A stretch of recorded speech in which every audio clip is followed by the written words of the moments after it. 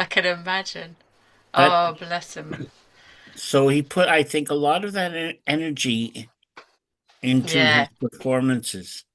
definitely. Definitely. And they were like just huge, which was Oh great. yeah, We are Phen- now live. How exciting! Oh, I okay. should do the big intro, didn't I? So, welcome everybody. Welcome to everybody in the Zoom room and everybody who is watching online or even watching on catch up. Welcome to Tales and Tunes.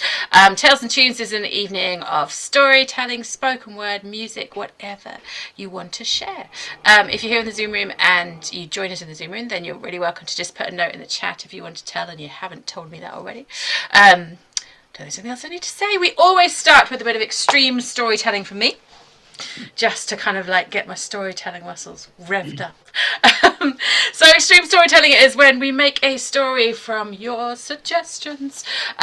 So if you're ready, John, we made one with fighting dinosaurs last time, didn't we? Which was immense fun.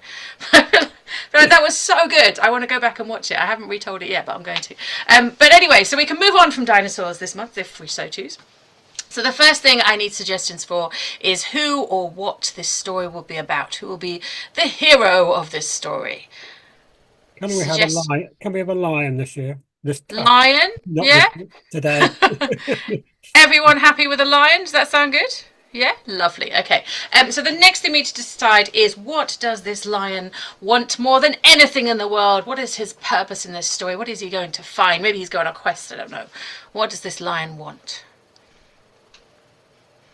You can stick stuff in the chat or To shout it sing out. opera. He wants to sing opera. Thanks, Norman. So he wants to sing opera. Lovely. We have a lion who wants to sing opera. Beautiful. And we need to decide now who or what will try to stop our lion getting to sing his operatic aria. A rabbit. A rabbit. An aggrieved rabbit. Okay. So how this works is I begin, and then when I decide I need more ideas from you, I'll just like ask you and you can shout them out, put them in the chat. It's entirely up to you. So here we go.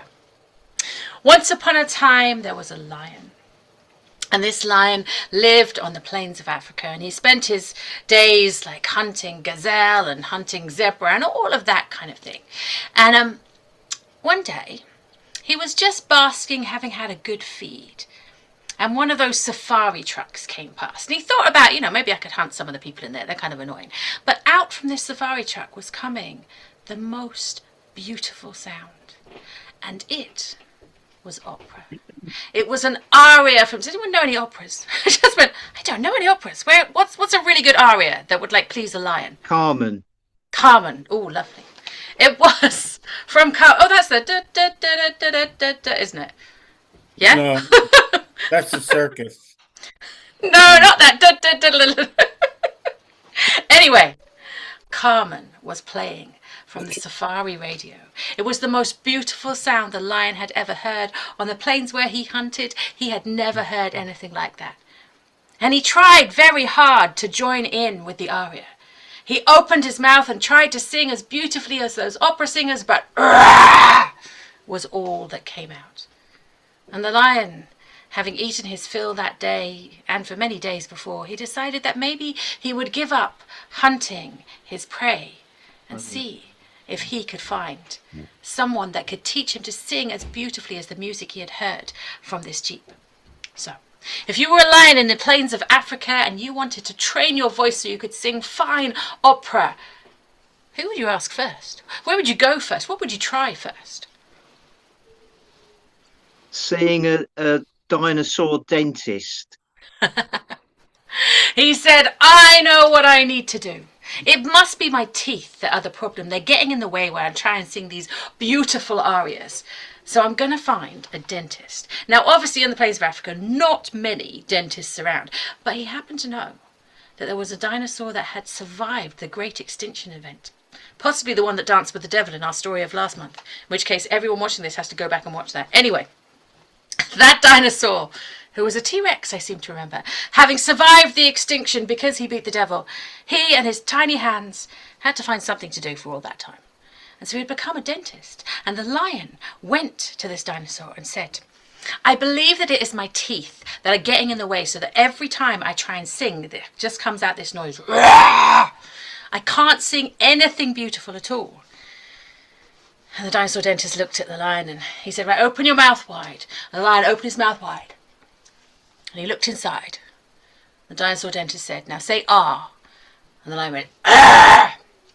Dinosaur said, I don't think it's your teeth. I think it's something to do with your voice box. You know, you need something to you need someone to train you. You need to learn. It's not like a physical thing. The lion said, all right then. And so he asked the dinosaur dentist who could help him with that. So who do you think the dinosaur dentist suggested that he went to next? Indiana Jones. He said, the person that you need is Indiana Jones, because as well as hunting ancient relics, he actually has a sideline in teaching animals opera, just that on the side. It doesn't really get in the films because it's not quite as exciting. But if you can go and find him, then you will be able to train your voice and then you'll be able to sing beautifully. So the lion headed off through the plains until he reached the city in ancient Africans. Should we send her to Marrakesh? I feel like we should, since we've been talking about it. He reached Marrakesh and he went through the back streets and no one really bothered him. It was a place full of storytellers. Everyone was used to seeing a lion. And he went through the streets, and in this very tiny back street at the back of one of the souks, he went through, and there he found Indiana Jones. Indiana Jones surrounded by relics that he'd taken from places that he really shouldn't, but also surrounded by beautiful manuscripts of music. And Indiana Jones said to the lion, what brings you here? And the lion said, I heard the most beautiful music I'd ever heard, and I hear that it is opera. And I've tried to sing it, but every time I open my mouth, it just goes, Rah! Please, can you help me? Indiana Jones said, I'd love to, but unfortunately, there is a vicious rabbit that is currently running this souk. And this rabbit will not let anyone play any music at all. And then I said, oh no, if we can't play music, then I can't sing my song. I can't learn from you. And Indiana Jones said, I'm really sorry, you're going to have to deal with the rabbit first. If you can deal with the rabbit, then come back to me, I will teach you and we will sing together. Well, that seemed like a pretty good offer. So the lion went out searching for the vicious rabbit. Now, for those of you that know Marrakesh, or even those of you that don't, if you were trying to find the vicious rabbit that was currently running that particular souk, where would you look for a vicious rabbit first? In the souk. In the souk. It's like what? It's a rabbit's warren. It's a rabbit's warren. Very true. So, the lion went from shop to shop asking all of the owners of all of the different shops, saying, can you tell me where the vicious rabbit was? But they were all so scared of the vicious rabbit. He was controlling like some kind of rabbit mobster. No. None of them would speak to him. The lion thought, I'm going to need a clue. I'm going to need a clue from somewhere.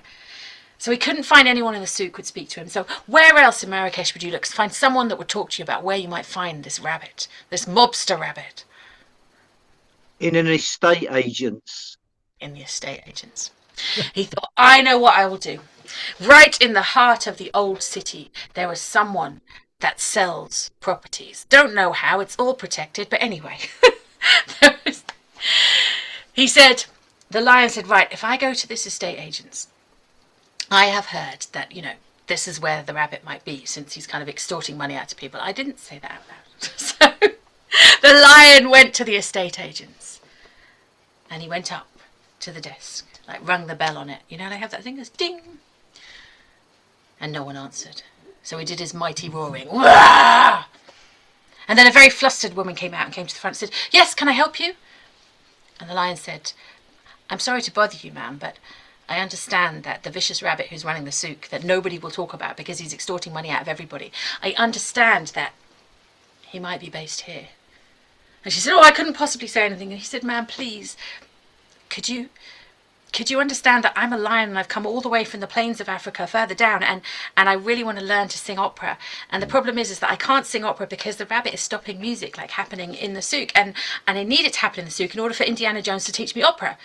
And she said, why didn't you say so? That happens every day. She said, I happen to be an opera lover. And I happen to be so sad that my boss, this vicious rabbit mobster, has stopped all the music in the souk. There's no parades through there. There's no drumming. There's nothing.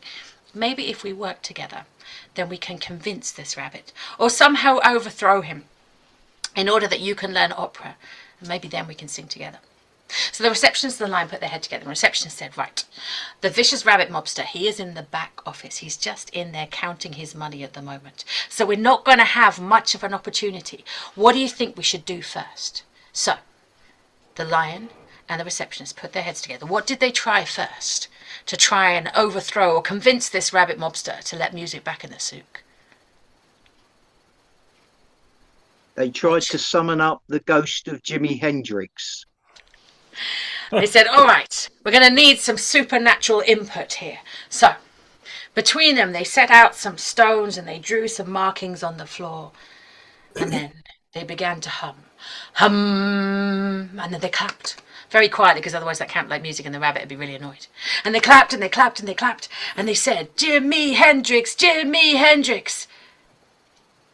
But the rabbit, from inside his office, heard the noise. And he came rushing and said, what's going on here? And the receptionist quickly hid the lion behind her and said, nothing at all. Just spilt something on the floor there, a few marks. I'll just scrub that up for you. You just go back to counting your money. The rabbit said, all right. Then he went back in. As soon as he was gone, she said to the lion, look, that isn't going to work. We either have to do something to confront him, or otherwise we have to do something really quiet out here. So they tried again. What do you think they should try this time? Are we going to be direct or indirect with our vicious rabbit? What do we think? We've tried summoning the ghost of Jimi Hendrix. What can we try next? We could try overthrowing this rabbit. How might we get past him? Oh, they get all the cranes to band together. All the crane, like the building cranes or the bird cranes? America, yeah, because they have the storks. I'm sorry. I know what you mean. Yeah, it's like there's two kinds of cranes. Actually, I saw quite a few of the cranes. Anyway.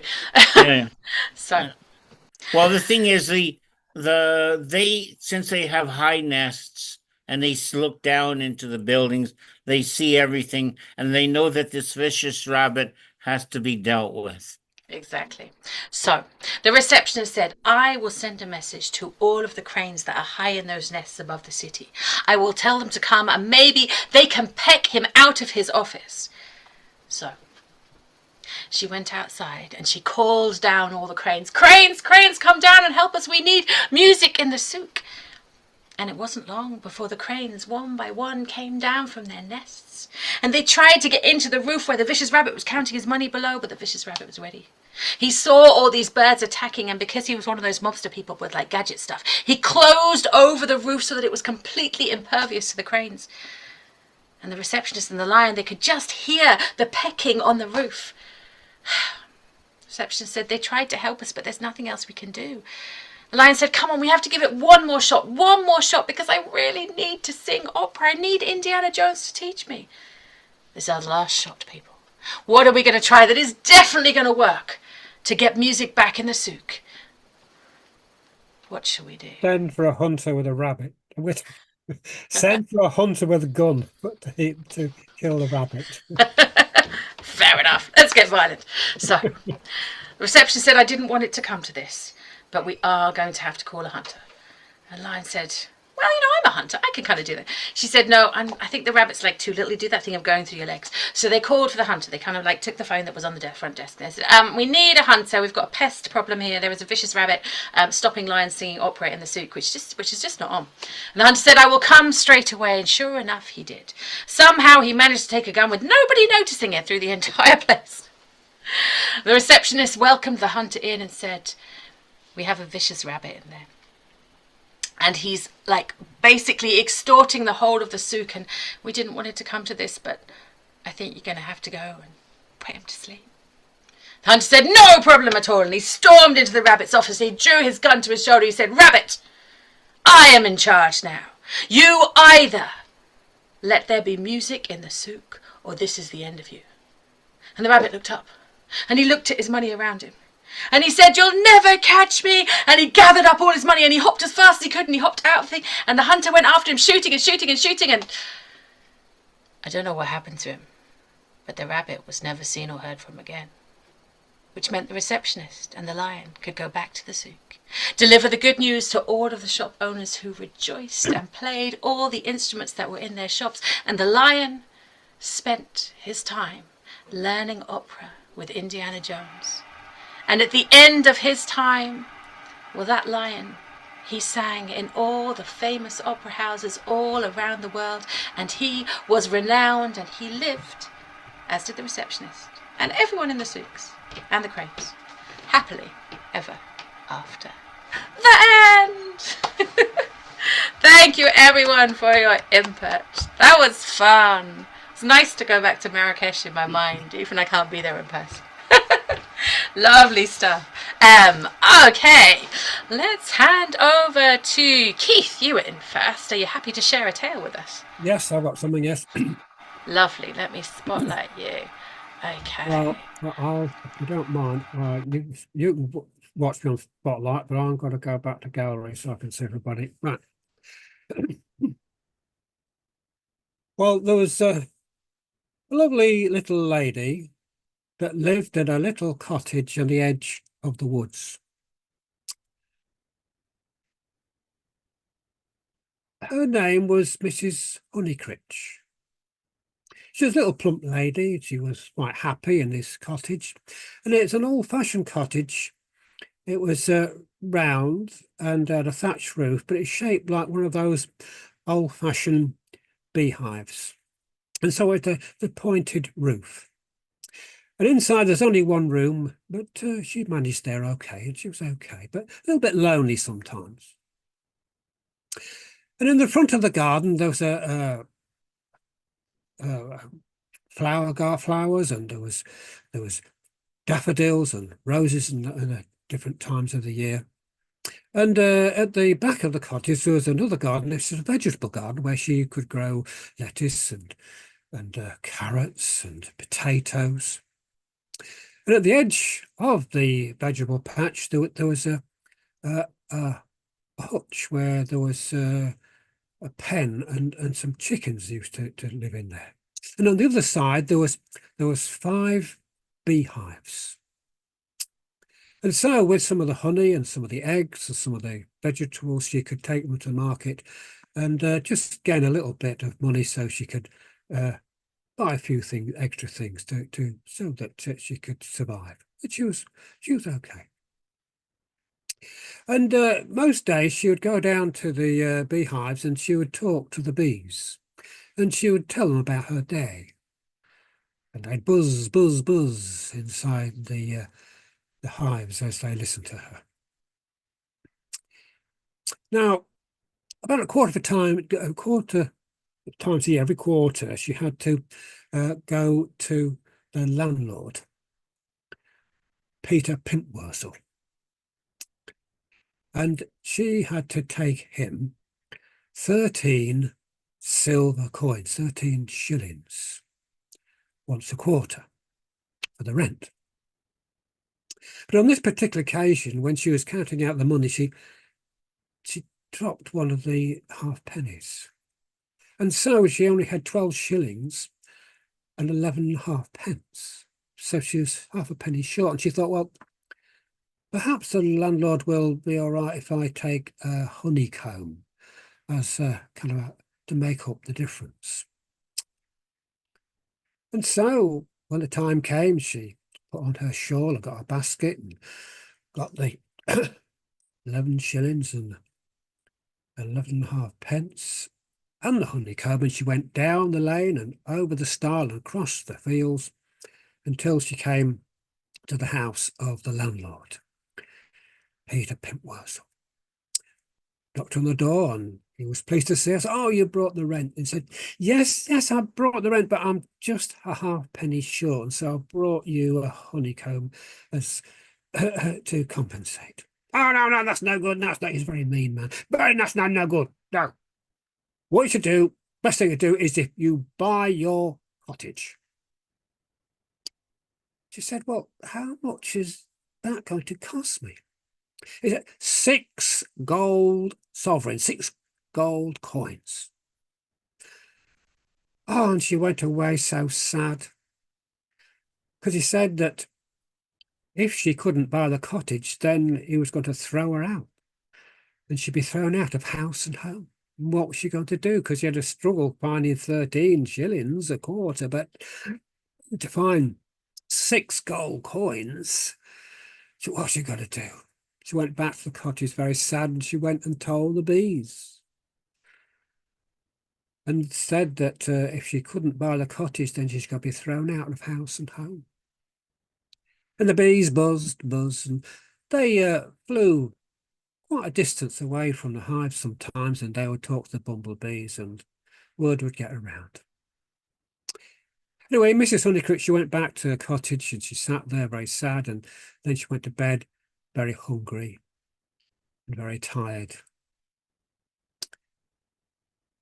Now, as time went on, nothing much happened. She lived there day after day and was able to get some food and one day she got some broth, and she was sitting in the door of her cottage, and what she come up was a little white rabbit. And he came up and he twitched his ears and he looked at her, and she thought, oh, perhaps he's hungry. And she gave him a lettuce leaf. And he gobbled it up. Oh, yes, he's.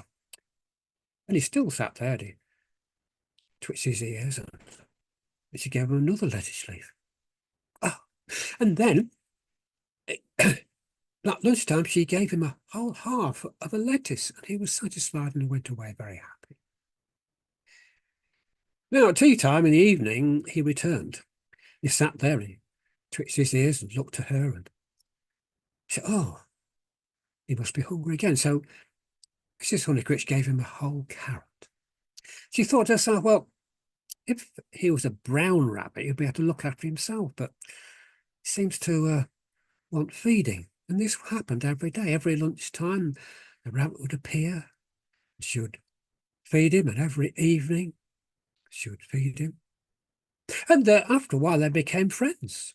And sometimes during the afternoon, they would play hide and seek among the bushes behind the cottage. And so she'd got a new friend, and she was pleased that he came every day. But then one lunchtime, the rabbit didn't appear. And she thought, oh, she's beginning to worry about it. What, wonder where the rabbit is. And would all afternoon, and then in the evening, he didn't turn up again. Where is my friend the rabbit, she thought. And then he suddenly appeared. But he sat there at some distance, and he twisted his ears, twiddled his ears, and he turned and hopped a little further away, and then turned and looked at her, and twiddled his ears again, and then he turned and hopped away again, and turned and looked at him.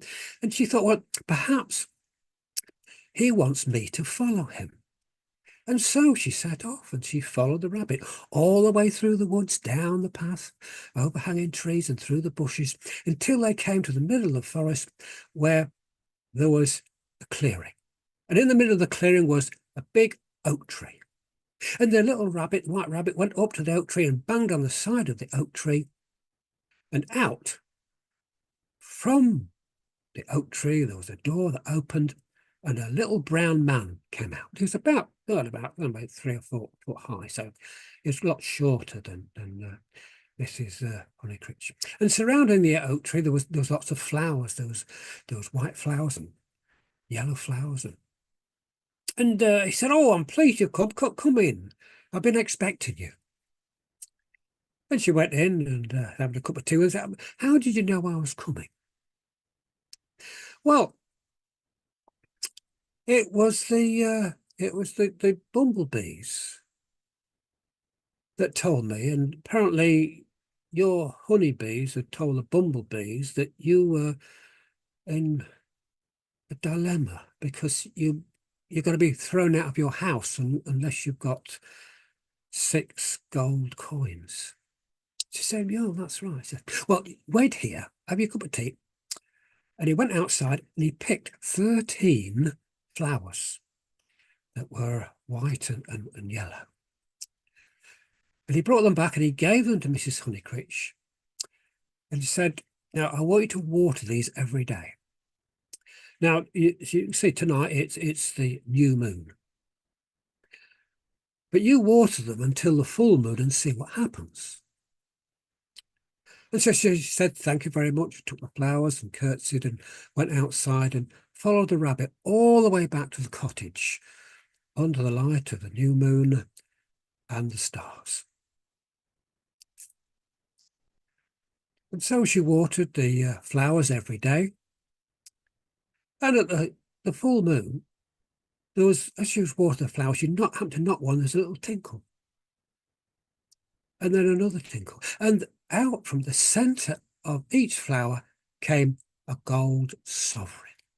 Oh, she was so pleased now she had 13 gold sovereigns. And so she could then buy her cottage. And she went outside and she told the bees how pleased she was that she wouldn't now be thrown out, that she could buy the cottage. And so she took the gold coins, she put them under a brick near the fireplace until Michaelmas, when she was due to go back to the landlord to pay up. And on that day, she took 6 gold coins from under the brick, and she went off down the lane, over the stile, and across the grass field to the landlord. And she knocked on the door, and he opened the door, said, "Ah, what have you for me?" She said, "I've got 6 gold coins." And he was so pleased. Peter Wilson was so pleased, and he took her inside and he got a piece of parchment and some ink and a quill, and he wrote out a deed for Mrs. Pinkworth. Honeycritch, sorry, Mrs. Honeycritch, no, Mrs. Honeycritch. Ah, and so she had a deed for the cottage. She went home so very pleased, and she went and told the bees that now she had ownership of the cottage. And with the extra money that she'd got, she's able to buy herself a new dress and a petticoat and a big eiderdown for her bed to keep her warm in the winter time. And she also bought a big cushion that she put beside the fireplace. And so the rabbit could sleep there. They lived very happily together for many, many years. But she only had one regret, that the little white rabbit didn't take her back to the little brown mantis so she could say thank you. And so she had to leave it to the bees.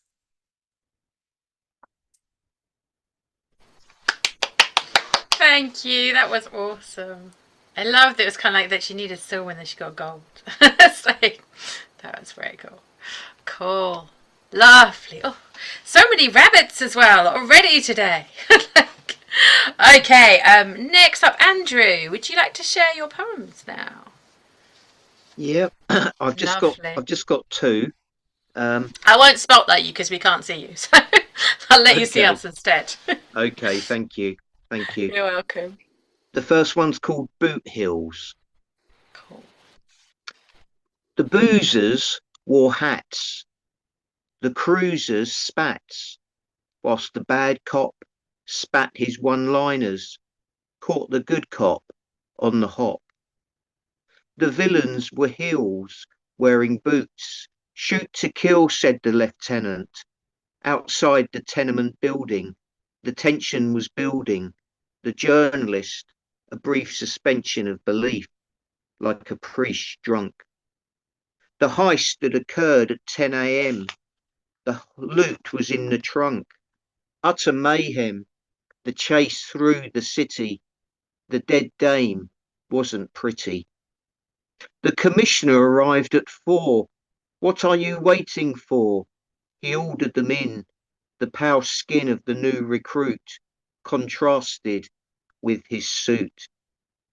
Sam Spade watched on the commotion as a femme fatale upon his arm, overcooked, too much suntan lotion.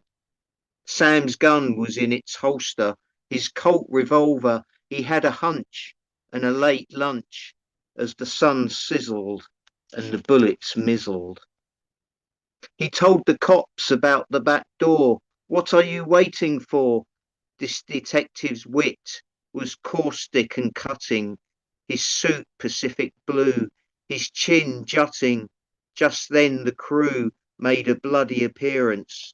The radios crackled with interference. Aim for the chest, you know the rest. The windows were smashed, the street strewn with trash.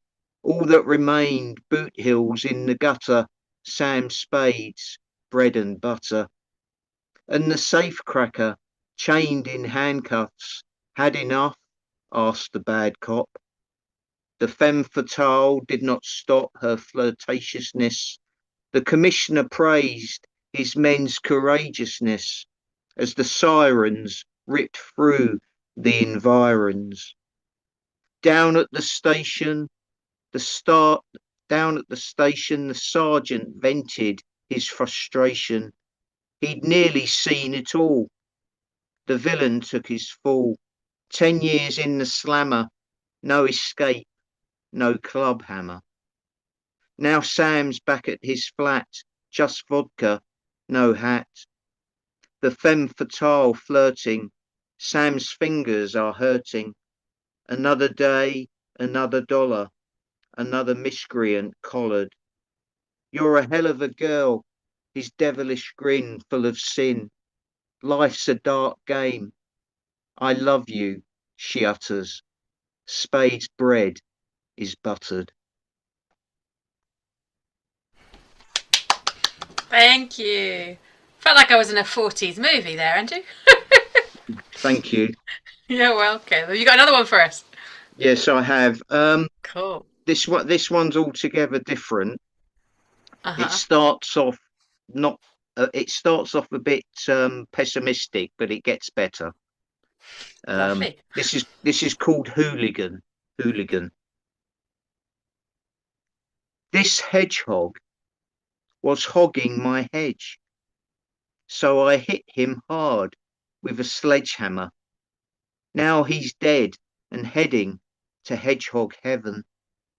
That evening, the body and head of the hedgehog, and me, heavy-hearted, I carried to the heath, where I looked hard into the haunting night, and, my spade heaving, I buried it, not him nor her, just me, the spade, and it, and the heath's haunted bleakness. I returned to the house at 1:30, my hands hurting. The wife just sat there, her eyes on the hit parade. Are you hurt? She said. Hey, you're a real hooligan, you are. That night, in the gloom, a sense of deranged doom. The hedgehog spoke to me. You'll never be free. My hurt will haunt you for all eternity. I was on the verge of paternity. Mother hedgehog and her brood in the hedge gathering food, when bang smash wallop, your wife screaming like some trollop. Yes, I'm in your head forever. No immortal coil can sever. So you better get used to it and this hedgehog's caustic wit. I lay there, heaving, sweating, the wife asleep, no heavy petting, her hair-raising habit of snoring, a hammer to my head, boring down on me like a haggard hound. And just then, a broken-hearted sound. Mother hedgehog and her hedgelings. How do you make a hash of fledglings? Her voice hardy and harrowing, the night's happening, narrowing. She spoke to me in the haze. Long gone are hushed days. Your penance for your havoc, I'll hurry you to Suffolk. And again, The wife appeared. I lay awake, face filled with fear, for I could see its essence in the garden, a hedgehog's presence. Were they ghosts, these spiky ones, trundling with their mum? The wife turned, her voice humbling, my head a heaviness stumbling. She spoke in the hullabaloo, the day ajar. Hey, you're a real hooligan, you are. Thank you. Haunted by hedgehogs. God, that seems really scary. Thank you, Andrew. That was awesome. Lovely. you. Norman, I think you're up next. Do you have a tale for us? Oh, hang on. You're still muted. Hang on. Unmute yourself. I don't think I muted you again. There. Okay. Yes, we have you. You're good. That's okay. I think what happened was as I unmuted myself, I tried to unmute you and we clashed. we clashed. In It was a desperation to mutual hear your thing. voice. Yes. Well, this is all to do with voice. Lovely. Finding a voice. And once there was a musician in the great city of New York, but his roots go back and his ancestors back to a far off world known as Africa. Where in Africa, he did not know. But he knew that one day, although he had never traveled, he would go there. Now, he was a musician, and he had composed a work, a beautiful work, like an opera, but it had everything that he felt should be in this work, except for one sound, one song, one whatever, and he did not know what it was. So he went down into Greenwich Village in New York, and there are many things in Greenwich Village which nobody knows about. But word gets around among the musicians, the artists, the people who made strange things out of rubber and paper clips and old thoughts and dreams and bits of babies crying. He knew this is the place where he would find what he was looking for, even though he didn't know what it was. And so he went into Greenwich Village and he went down this street and that street. And he came to a doorway that opened up not into a building, but down. And he opened up and down the steps and he knocked at the door that he'd been told about. And a voice inside said, "Who's there and what do you want?" I says, "Well, I am here. I'm a musician. And I'm looking for a sound, but I don't know what it is." And he opened up the door, and there was an old woman in a shop full of jars full of odd liquids and whatnot, but not so odd because they were all filled with honey. And each of the one of the jars was honey that was unique in the world, for it had been gathered by bees from flowers from all over the world and then put into the jars. And we do not know how they made their way to her shop in the underground in Greenwich Village. That's a story for another time. He says, "I'm seeking a sound. I'm looking for the sweetness of music." Well, you come to the right place. But first of all, I have to figure out what you need. And she sat there and and she reached into a bag and the bag rattled and clunked it slightly. And she threw down some objects and they tumbled around and they formed a little set. 3 creatures. One was a lion, one was a stork, and one was a rabbit. And so he said, "What does this mean?" He says, "Well, it's all to do with your ancestors, I think," said the old woman. "But I will give you I'll give you a gift and you will understand what the meaning. And the gift was a gift of honey. Where's the honey come from? It comes from the bees of Marrakesh, she said, for there are flowers all through the souks, and the bees gather, and as they gather the honey, they bring all those sweet scents into the sweetness of this jar. There's only one jar of honey like this in the entire world. So what you are to do is take and make a cup of tea, a hot mint tea. Stir the sweet honey into it. Breathe into the mint, the sweet scent of the mint, and have a sip of tea. And he said, "Oh, okay." And he says, "What'll I pay you?" He says, "Just tell me your adventures afterwards. That will be payment enough. For I'm the keeper of stories, like the bees keep honey."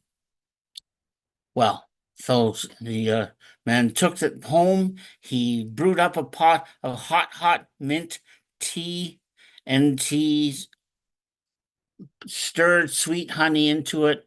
And as he drank it, he just thought and he dreamt, and he could smell the sweetness, could smell the mint, and he knew what he had to do. He had to go to Marrakesh. And so that's he did. But he put the jar into a bag. He put a pair of socks and clean underwear in another bag, and a huge robe of bright yellow colors. And this is how he traveled light.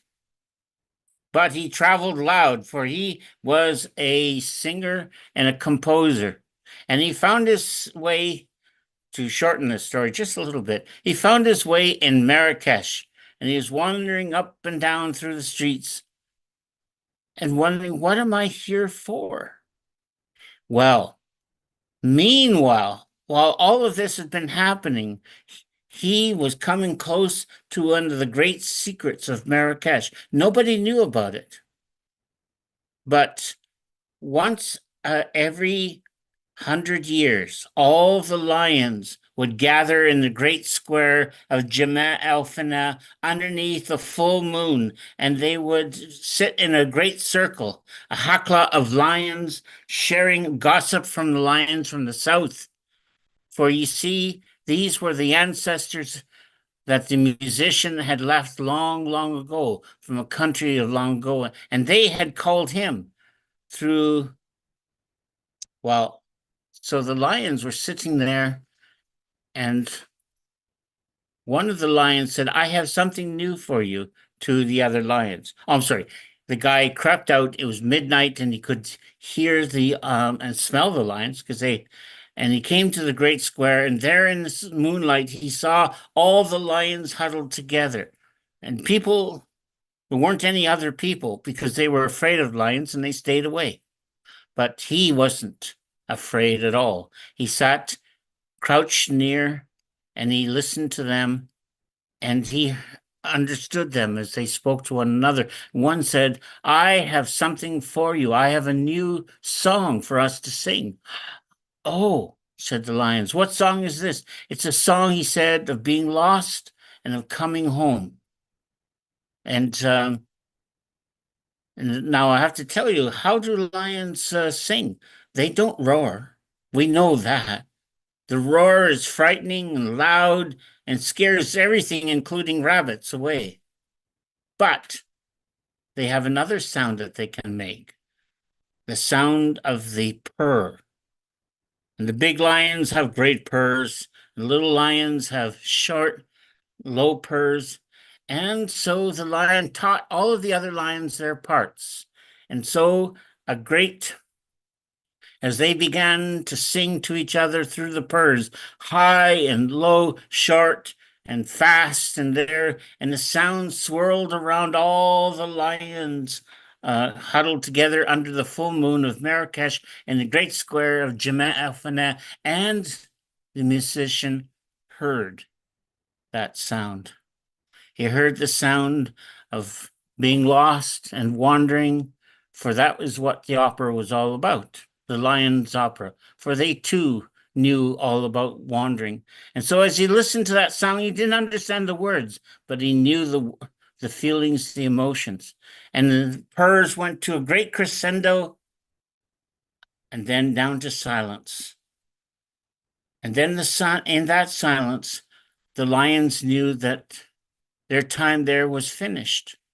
They'd come to sing the song that they were to sing, for they sang a new song once every 100 years under the full moon in the great square of Jemma el Fana.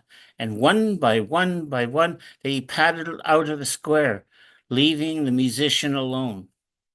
But he said he was not alone, for he knew why he would come, and he was finally found the song, the melody, the missing part of the great opera that he would take back home. And so his companion was that song, and it went all the way back. And well, I won't tell you about how the opera went because it hasn't been sung yet. It's yet to come. But I hear that Carnegie Hall is going to have a new opera that this musician will premiere. And if I hear about it, I'm going to go and listen to it.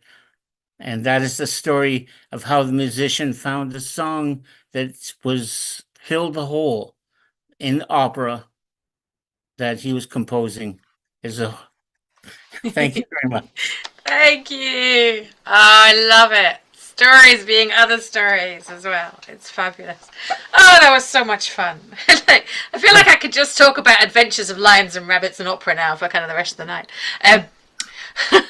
I've got a song. So I'm doing a gig this Saturday in Bungay, which is actually where I went to school. And there's a very famous story from Bungay, which is the Black Dog of Bungay, which I'm going to get to tell. And the Black Dog of Bungay happened in St Mary's Church. But I wanted to kind of write a song about it.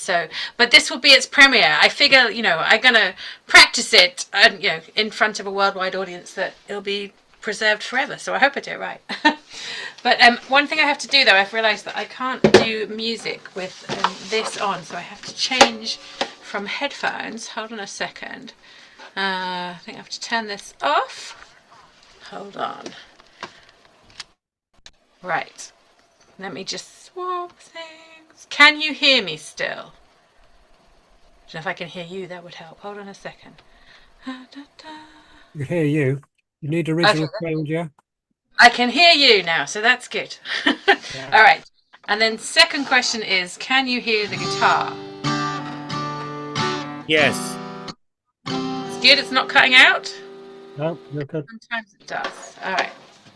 So I'm going to put this over. It might be easier with it on. So this is a song that I wrote, which kind of combines like my experience of kind of going to Bungay and growing up around there, and kind of just compares it to Black Shuck. It's kind of me and Black Shuck, I guess.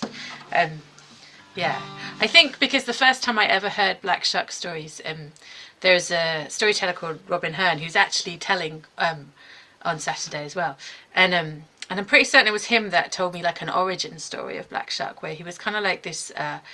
He was this, instead of being this fierce dog, he was like this puppy that had been left behind by a sailor, so I always kind of felt a little bit sorry for him. But I'll sing you the song and then we'll go around again, and then if we've got time I'll tell you the story. Does that sound all right? We agree with that? Okay.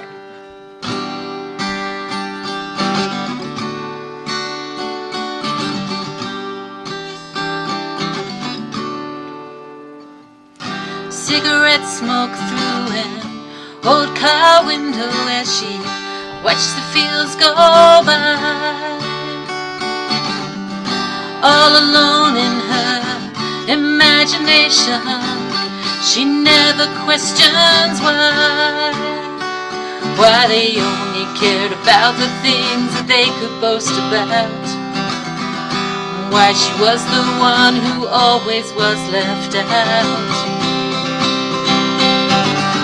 That big black dog, that little girl, one and the same, lost and lonely, confused and frightened, always to blame, always to blame.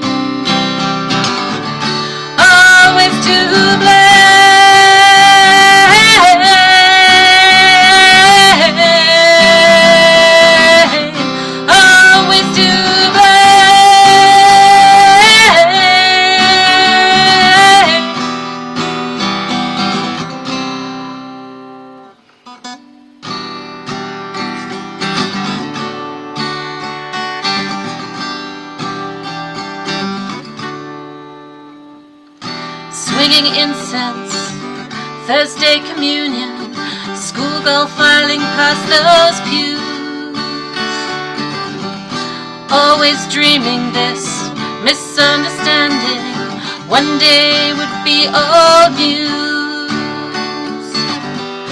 But they never heard a single word she said, laughed at all those silly stories in her clever head. That little girl, that big black dog, one and the same. Lost and lonely, confused and frightened, always to blame, always to blame, always to blame,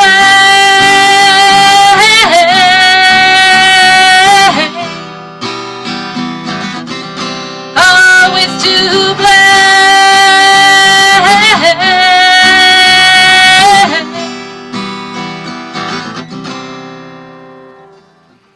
Some years later in that welcome forest, finding worlds where she was loved, by a fireplace so very far from here, little girl in her black shirt, lost and lonely monsters finding solace there at last, sharing stories they could never say about their past.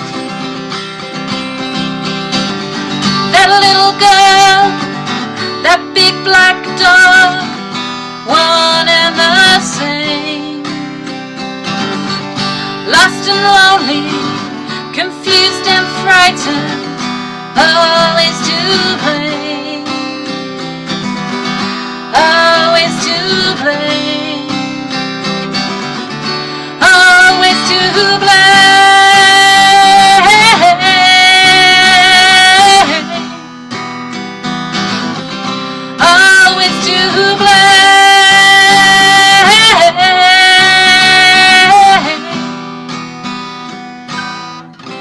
Always to blame. Thank you.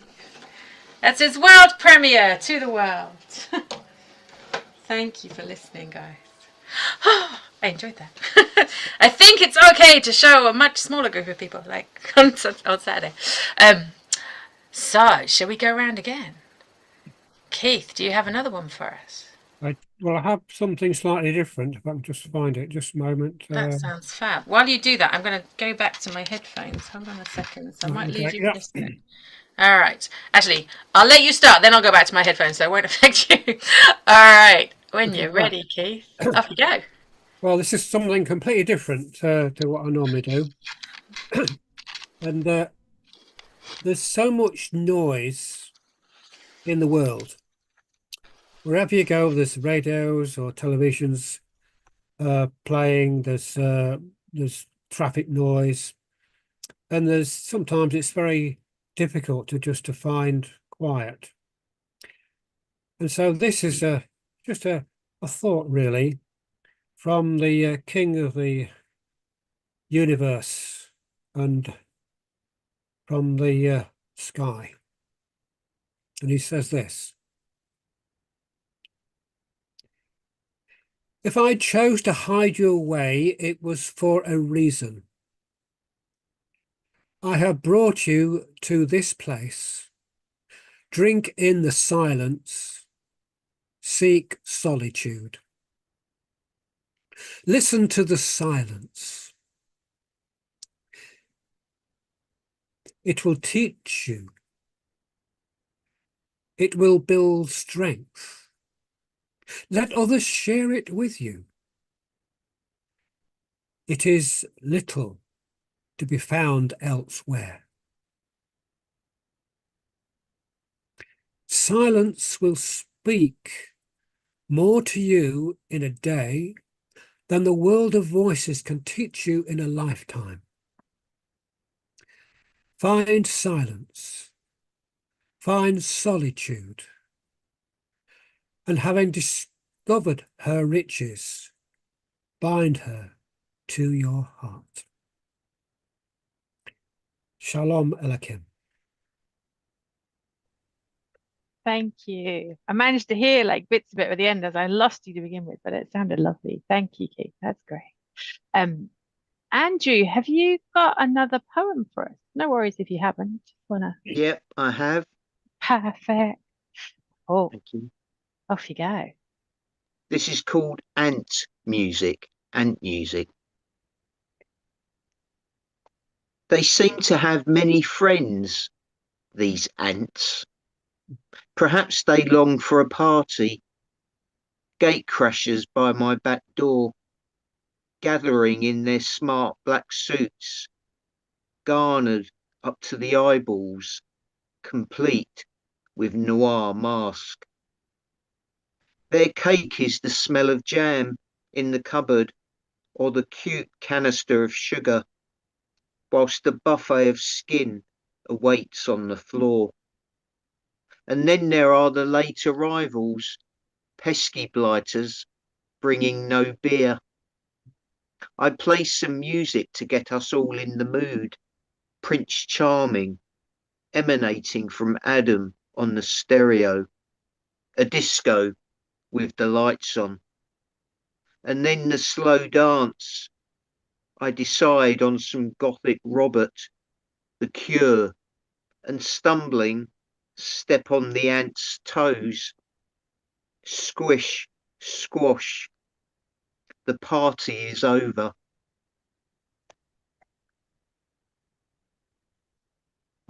Poor ants. Thank you. That's taken me back to like seeing Adam ants on top of the pops. Cool. Thank you, Andrew. That's great. Norman, that makes us back round to you. Do you have another tale for us? Yes, I do actually. Now, Fabulous. I think I've done the wooden sword here before. So Oh, have you? the it's a Jewish tale, and I think it would be nice to tell it for Rosh Hashanah. Yeah, definitely. Okay then. Go for it.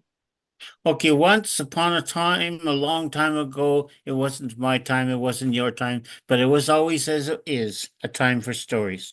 And there was a king who loved to go up and down the streets of his city and in disguise and listen, for he was a good and wise king, and he wanted to know what the people thought, how they lived. And they don't always speak with openly to a king. So a rough man dressed in the clothes of an old gardener, they will listen, they will talk freely, they'll share their food, and he will learn from them. So it turned out one time that he was going down the streets of sighs and sorrows. It was in a far off part of the city that he had not been to for a long, long time.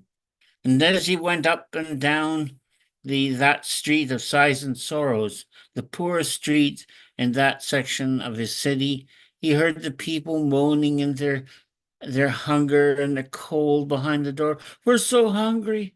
Oh, we're so poor.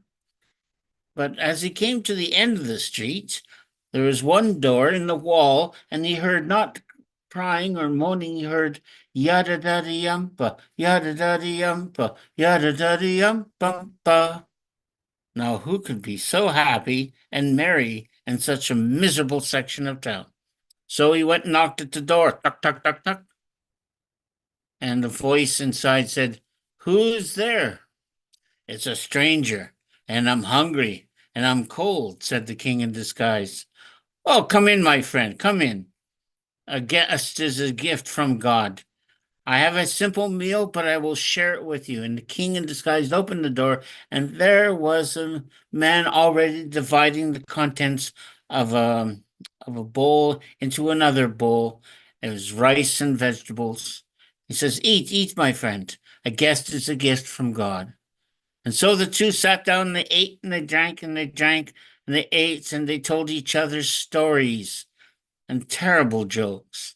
And when they were done, the king in disguise asked the man what he did for a living. And the man said, "Well, it's a hard life I live, but each day I take out that box of tools over there to the streets of the city, and I mend, repair, and fix things.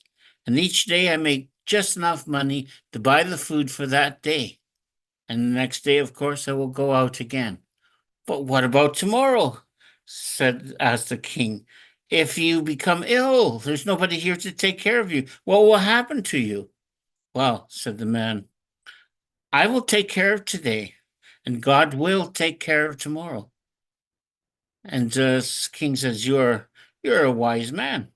And so he said goodbye to the man, and he walked down to the streets of the city, back to the palace.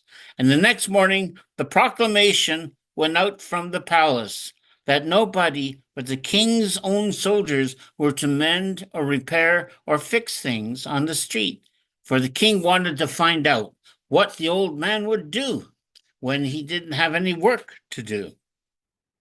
And so once again, as the day passed, and that evening, as the sun was going down, he put on his disguise and he went down the streets of sighs and sorrows, and he heard the people moaning and behind their doors. But when he came to that last door in the wall at the end of the street, he heard yada da yumpa, yada da yumpa, yada da yumpumpa on the door. Who's there? Asked the voice within. It's a stranger. I'm hungry. And oh, come on in, said the man. I recognize your voice. You come and share my simple meal. A guest is a gift from God.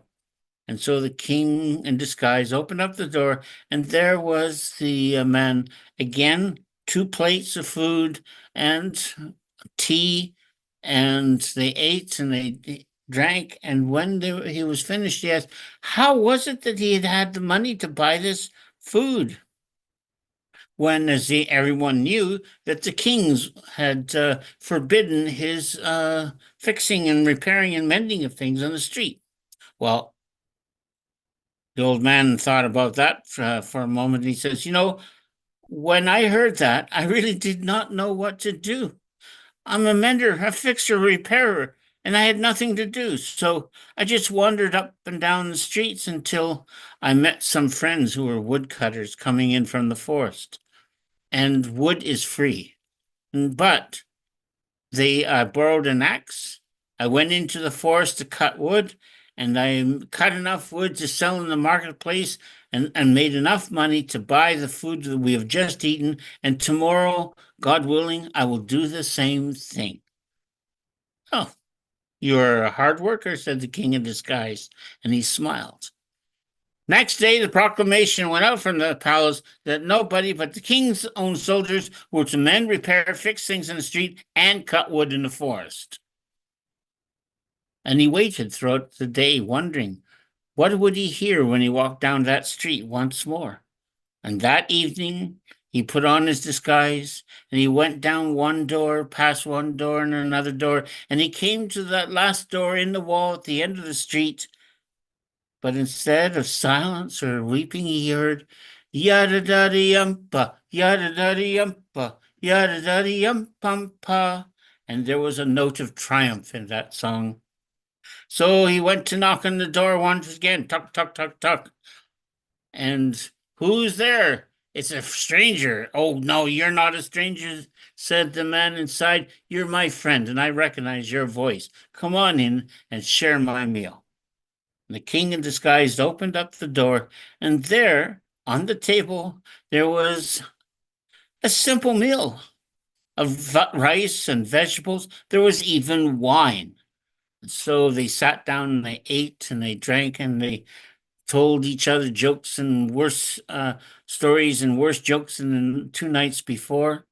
But at the end of that meal, the king in disguise asked him a question that had been burning in his heart ever since the beginning of the meal. He said, well, how did you get the money to buy the food we've just eaten? And the man looked at him and he said, well, yeah, when I heard about the proclamation and what the king had said, and I was angry. I was angry. How dare our king be so just as to take our livelihoods away from us in this strange and unfair way? And so I went down to the palace to complain. But once I got to the palace, I found out that with all the soldiers in the forest cutting wood or fixing things in the streets, they didn't have enough soldiers. And so I enlisted. I'm not young, but I'm not old either. And I am strong enough to become a palace guard. And so they gave me a uniform and a sword and the scabbard to hold the sword. And all I have to do is march up and down and up and down. And then he stopped, and a cloud went over his face. And he was silent for a moment. Then he leaned over to the king in disguise and he said, "My friend, I must confess something, for I have done something wrong, but I wish to tell you. You see, we don't get paid until the end of the month. And then, well, that's 2 weeks from now. I would starve by the end of the month. And so what I did is I took my tools and some wood and, well, I pawned the steel blade of my sword and I made a wooden blade in its place. And that is what's in the scabbard over there. And as you know, it's against the law. In fact, it would cost me my life for if anyone were ever to find out that I have sold or pawned the king's property. But at the end of the month, I will go down to the pawn shop.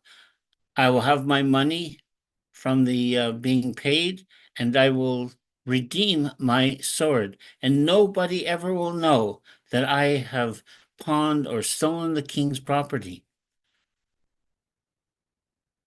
Said the king, "You're a clever, a wise, and resourceful man." And he turned around, he said, "Goodbye, Ebbles." Sorry. And he went back to the palace, and there he waited, he thought deeply. The next morning, the man got out of bed. He took the uniform of the guard. He took the scabbard with its wooden sword in it, slung it around his shoulder, and marched down to the palace. And there the captain of the guard was saying, "You, the forest, you, the streets of the city." And finally, the only one left was the old man. And the captain of the guard looked down at him and he said, "For you, we have a special duty. We have caught a thief, and the king has condemned him to death. And so you are to go down to the marketplace and execute that thief with your sword." But said the man, I never thought I would have to kill anybody. I thought I would just march up and down, and I'm a man of peace. I cannot kill another man. "You know what my orders are?" said the captain of the guard. "If you do not go down to the marketplace and take your sword out and chop that man's head off, my orders are to take out my sword and chop your head off for disobeying a direct order of the king. So what will it be?" And the old man thought to himself, if they find out that I have taken and pawned the king's property, I will die. And if I disobey the king, I will die. What am I going to do? What shall I do? What can I do? And then he smiled and he said, "Very well. Go down to the marketplace, I will follow you, and we will see what we shall see." And so the captain of the guard turned around down the street through the to the marketplace, and there was a huge crowd. And when they saw the captain of the guard, they parted their way. And in the middle of the square, square was a wooden block, and on the block was the thin neck of the thief wrapped up, and the thief wrapped up in chains. And when he saw the captain of the guard, he began to shiver and shake, and the clinking sound of the clinking chain filled the marketplace. And the man marched over to him and he looked down into the frightened eyes of the thief, and he said, "Do not fear for your life, my friend." And he stopped and he looked up and he saw addressed the crowd saying, "The king on his high throne over there says that this man is a thief, and for that he must die if he's guilty." Now, only God knows who is truly innocent and who is guilty. If the man is guilty, then let my sword come out sharp, and I will chop his head off with one blow. But I would not want the blood of an innocent man on my hands. And if God says that this is an innocent man, then let my sword of steel be turned into a sword of wood. And he pulled out the wooden sword, and there it was gleaming in the sun. And the people saw the wooden sword, and they saw, "It's a miracle, it's a miracle. That is an innocent man. Let him free, let him go, let him free." And when the people speak with one voice, even a king must pay attention. And so the thief was freed from his chains, and he ran down the road, his rags flapping in the wind, and he disappeared from sight. And the king who had been wondering just what would happen, had now knew what did happen. And he smiled, and he said, "Bring the man to me." And the man marched over to the king. He saluted the king, and then he turned pale, for this was the stranger that he had told everything to. And the king laughed, and he said, "Do not fear for your life, my friend. A head like yours should stay on its shoulders. And so you shall no longer be in the palace guard. No, I need your advice." And so the man took off the robes of a guardsman, put on the robes of chief counselor of the king, and from then on, gave much good advice to the king. And at the end of each day, when the king was resting in his garden from the work of being a king, he would hear from the windows of the palace, and the soft evening breeze, he heard, "Yada da yumpa, yada da yumpa, yada da yumpumpa." And that's the wooden sword. That's lovely, Norman. I don't know if I have heard that before. I think that might be the first time I've heard it, but Oh, okay. thank you for sharing that. Well, That's yeah, it's beautiful. one of my favorite stories because we never know. It's how we look at a situation. Yeah, exactly. He taught the king that there's a way of seeing things that doesn't necessarily mean that if you have either or, there's another way of looking at things. And anyways, Yeah. the king was very happy to have him as a counselor. And as the beginning of the new year, may we all have good decisions come our way, and good stories. Indeed. I love that phrase, "a head like that should stay on its shoulders." That's like, love it. It's come around to me again, so I promised I would share my Black Dog of Bungay story. Would you like to hear that? Okay, I will spotlight myself then. Hold on. I don't know how to do that. Oh, spotlight for everyone. There we go. Okay. I think that works. So, this Saturday, in a few days' time, I get to tell the story of the Black Dog of Bungay in Bungay. And not just in Bungay, but in St. Mary's Church, where the story actually happened. So that's kind of exciting and kind of nerve-wracking. So I thought maybe if I share it here tonight, it'll be slightly less nerve-wracking than telling it in that place. So when I was 7, I went to school in Bungay just for a year. And we would drive across the hills from Beccles.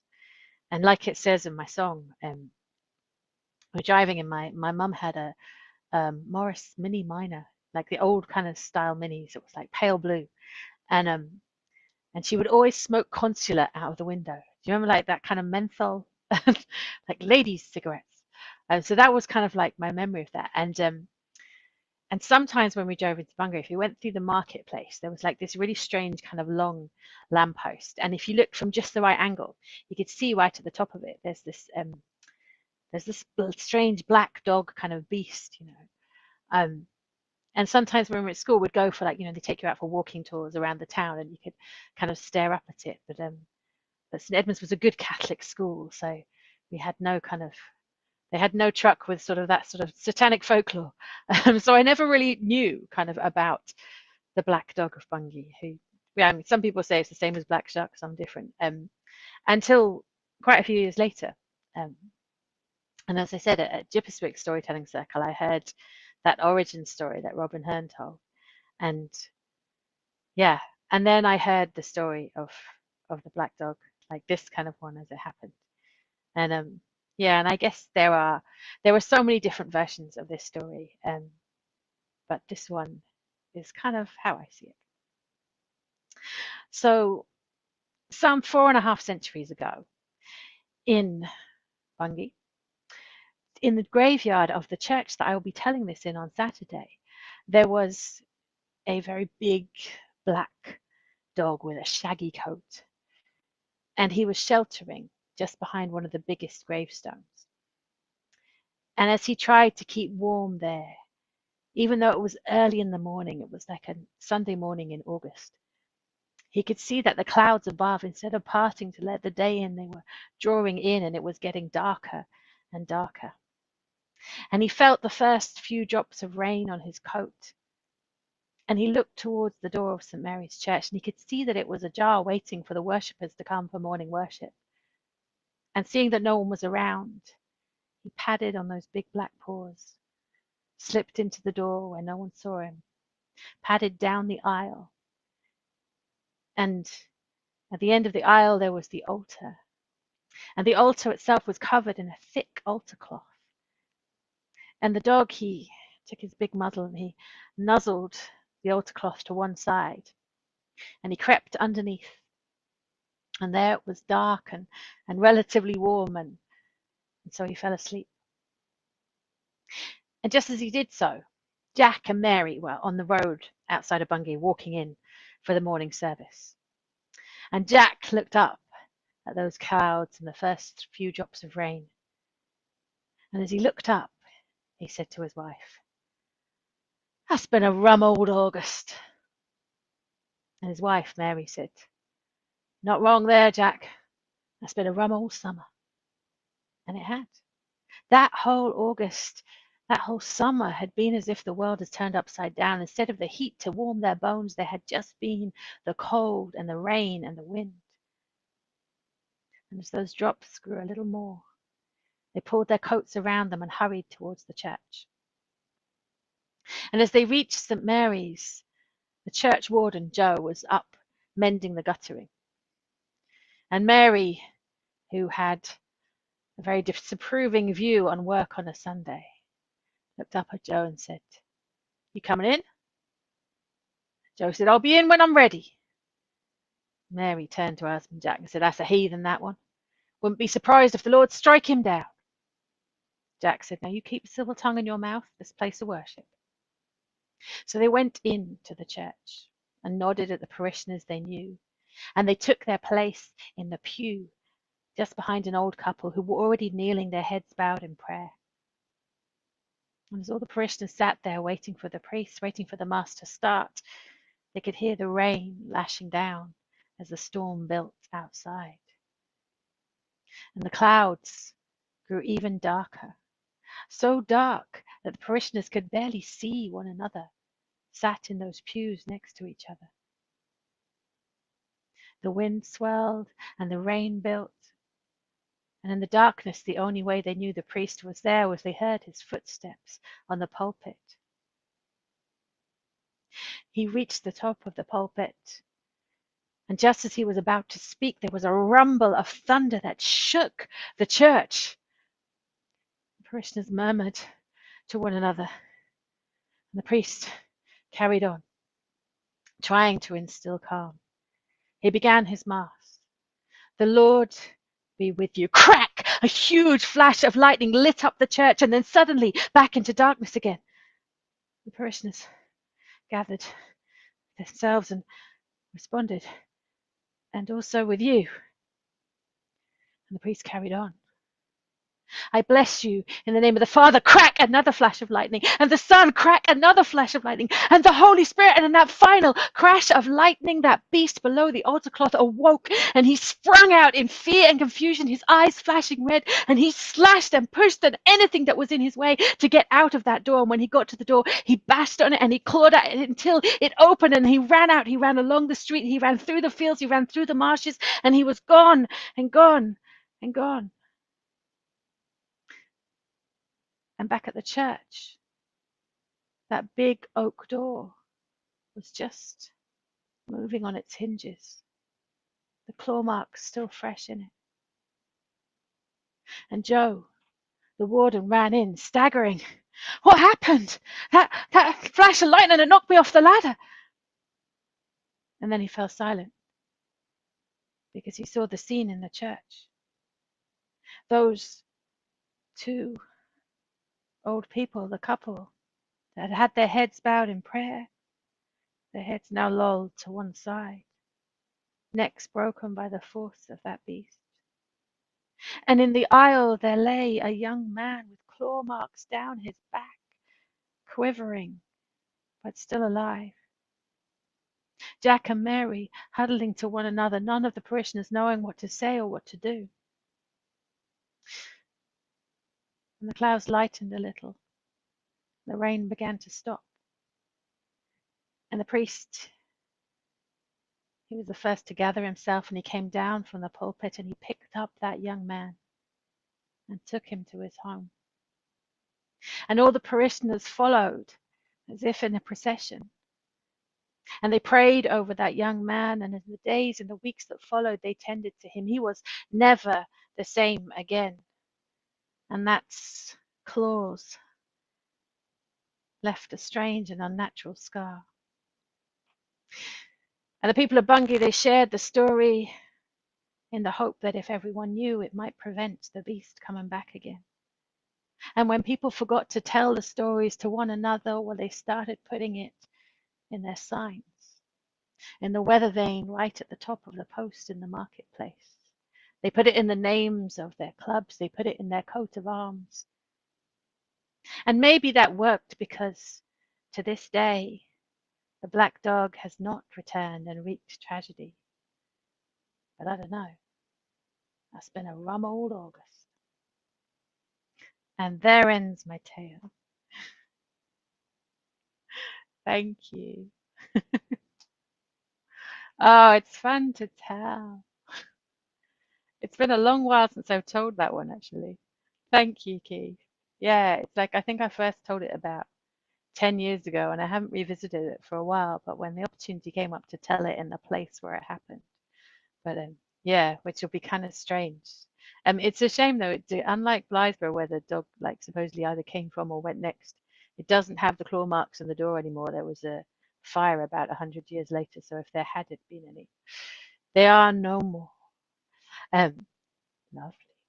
We have time for some more stories and poems and tales. Does anyone have another one they'd like to share? Should we go around again? Keith, do you have more? You're going to have to unmute, my dear. Yeah, just give me a few minutes just to have a think. Yeah, no somebody worries. right. Let me think. Norman, do you have more? Do you want to go in different order? Or Andrew, do you have another poem for us? I don't have a story ready right now, but just a quick anecdote that Anecdotes are always good. well, it's very, very, very short. There are people who believe not just the stories, but the spirits follow these people who came to Canada. And there's a young girl who north of Toronto, probably I think it happened on the Irish Road. Anyways, she had a long journey in the nighttime to make, and they couldn't. So she was very frightened because she's a young woman traveling alone. But But when she got to her destination, they said, "Were you not afraid?" "Yes, I was," she said, "but I was comforted by this huge black dog that followed me on the way." And the people, I thought it was just her imagination, for she'd made a dog out of shadows and moonlight. But it came out that there was two young men who knew that she had some money on her, and they were going to rob her, but they were afraid because there was the presence of a large black dog. Wow. He gets about, does Shuck. Yeah, and it's an Irish story, and there's Yeah. but not all black dogs are bad. No, exactly. It's really strange. Like and Jazz and I were having a conversation. There's like there seems to be a whole load of stuff around Black Shuck at the moment. Like there's a documentary on television, and like the East Anglian Folklore Centre is having like a Black Shuck night. So it feels like he's around for us for some reason. But Mhm. yeah, Well, Right. anyway, yeah. Yeah, actually, I'm not too sure if she knew the dog was there. I have the book, the story in a pamphlet somewhere, Yeah. lost among all the other books. But this was in Ontario. Oh wow. This was a purely move it back to Ireland and another moonlit night and whatnot. And Yeah. well, yeah, of course, that's Ireland, but anyways, Yep. the Irish brought a lot of things to Ontario, and stories Yeah. were one of them. Yeah, absolutely. Do we have another story? Do we have another tale, anyone yet? Have a look. Keith, do you have one yet? Or do you need more time? I just need a bit more time. I just That's I fine. don't just look at the list that I've told here, so I didn't want to tell another one the same. Shall I can do another song. I can do the other song. I think I might have played it before, but Yeah. But I'll call it practice for Saturday. But I Yeah. do have to switch out of I'm gonna do this thing again. Hold on.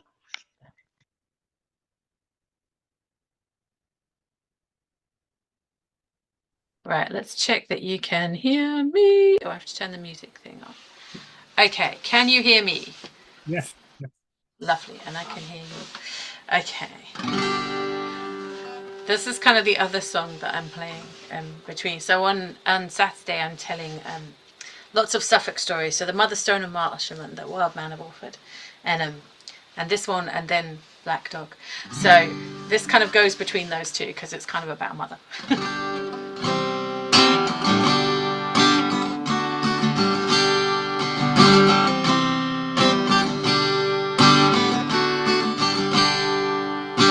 Girl, you got the sweetest smile a mother ever knew.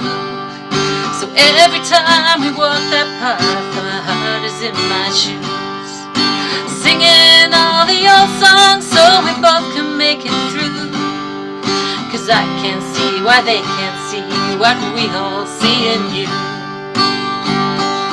'Cause they don't think you understand, but I just know you do. 'Cause every time you take my hand, that bright soul shines on through. And I will keep on fighting till they all can see it too. They know nothing, we are nothing without you. They know nothing, we are nothing without you. Now there's not many easy days with all that we go through. But the hardest part is all the things that they won't listen to. You share your hard-won wisdom and they treat you like a fool. Don't tell a mermaid how to swim when you've never been in a pool. 'Cause they don't think you understand, but I just know you do. 'Cause every time you take my hand, that bright soul shines on through. I will keep on fighting till they all can see it too. They know nothing, we are nothing without you. They know nothing, we are nothing without you. 'Cause darling girl, there's magic in every moment spent with you. And the way you sing, the way you touch, shows us this whole world new. And I thank you for your patience, Your love's so strong and true, and I pity those who will not learn what we all learn from you. 'Cause they don't think you understand, but I just know you do. 'Cause every time you take my hand, that bright soul shines on through. And I will keep on fighting till they all can see it too. They know nothing, we are nothing without you. They know nothing, we are nothing without you. They know nothing, we are nothing without you. Thank you. It's just realised, so that's a song about my daughter, and the babysitter won't thank me because every time I play something that's written for her, she gets overexcited. So probably just disturbed her. Sorry, Amelia. Cool. I'm going to hand over to somebody else in case I have to go and deal with her. Keith, Yeah. have you got one for us? I was just checking that I hadn't told this one and this. You can always do your greatest hits. I'm kind of happy with that. Yeah. Anyway, I've checked on my list anyway. Yeah. Lovely. Cool. Right. Well, it was somewhere in Marrakesh. And I'm not sure about the buildings in Marrakesh, but this was a house or a building that had a downstairs and an upstairs. And downstairs, there lived a dog. And he was quite, he lived there happily downstairs. He was just an ordinary dog. He'd got his food delivered to him and he was all right. And but upstairs, there was a cat. And she was quite happy upstairs. But they never mixed. They never knew one another, just kept very, very separate. The cat upstairs, the dog downstairs. Well, one night, there was a meow, meow, meow. This awful noise from upstairs, and the dog, he couldn't sleep. Oh, he thought, I've got to do something about that cat upstairs. And he walked, and he patted his way up the stairs. And there's some doors there. He knows one door open, nothing there. He knows another door open, there's nothing there. Then at the far end, there's another door, he knows that open. And at the far end of the room was the cat. And she was laid out on her side, and she had a whole litter of kittens. And the dog thought, dinner, and started to walk towards the cat and the kittens. Now the cat, she stood up and shook herself and started to walk towards the dog. Step by step by step, until they were nose to nose. And suddenly the cat said, woof! And the dog I was terrified. The hairs on his back stood up and he ran down the stairs, never to go upstairs again. And the cat turned to her kittens and said, now, children, that's a very important lesson to learn. It's very important to learn a second language. That's great. I love it. I love the shock of he goes, she goes, woof. It's like, oh, that's fabulous. Oh, thank you so much. Norman, do you have a story to finish Yes, I off for the do. night? Take a Yeah, time, Norman. and yeah, this story wanders past me every now and then, and this time it decided to. Well, anyways, it's called the Mermaid of Manx. Love a mermaid story. Old John had been a fisherman, that he had determined that his son would learn other things, but when his son Jack grew up, and his father, well, the cold of the sea breeze got into his bones, and so he finally spread his nets to dry for the last time, and he came in and sat by the fire and watched his son Jack grow up. Well, when Jack became a young man, he decided that he too would become a fisherman. And, okay, the father said, I'll teach you what I know. And he did. So the young man learned how to mend the nets and cast them into various pools that the father knew about. And one day when he decided it was time for him to go out by himself, and he had readied the net in the boat, and he had some food with him prepared by his mother. But just before he set off, his father came to him, old John came to him, and he had some apples in a sack, and he said, take these, they'll bring you luck. Now, Jack didn't know why they would bring him luck, but he knew his father had always gone out with an apple or two in his pocket, but he never knew why. And now he was being asked to do the same thing. He took the apples, thanked his father, and his father, good fishing to you. And so he jumped into the boat and pushed off. It was a fine, beautiful day, brisk, the wind not too high. And he came to the spot that his father had taught him how to fish. And he sat there and he threw out his nets and he waited. And as he was waiting, up popped out of the water, up popped a mermaid. Jack had never heard of mermaids, but he'd never seen one before. But the old mermaid said, hey, John. Hi, John. It's been good to see you. I haven't seen you for a while. John, said Jack, you must realize my father. My father, he's too old for fishing now. Oh, he said. She said, well, John used to bring me land eggs all the time whenever he came here. Have you got any land eggs? And here's a riddle for you, says there. And Jack thought about it for a moment. And then he remembered, the apples in his pocket.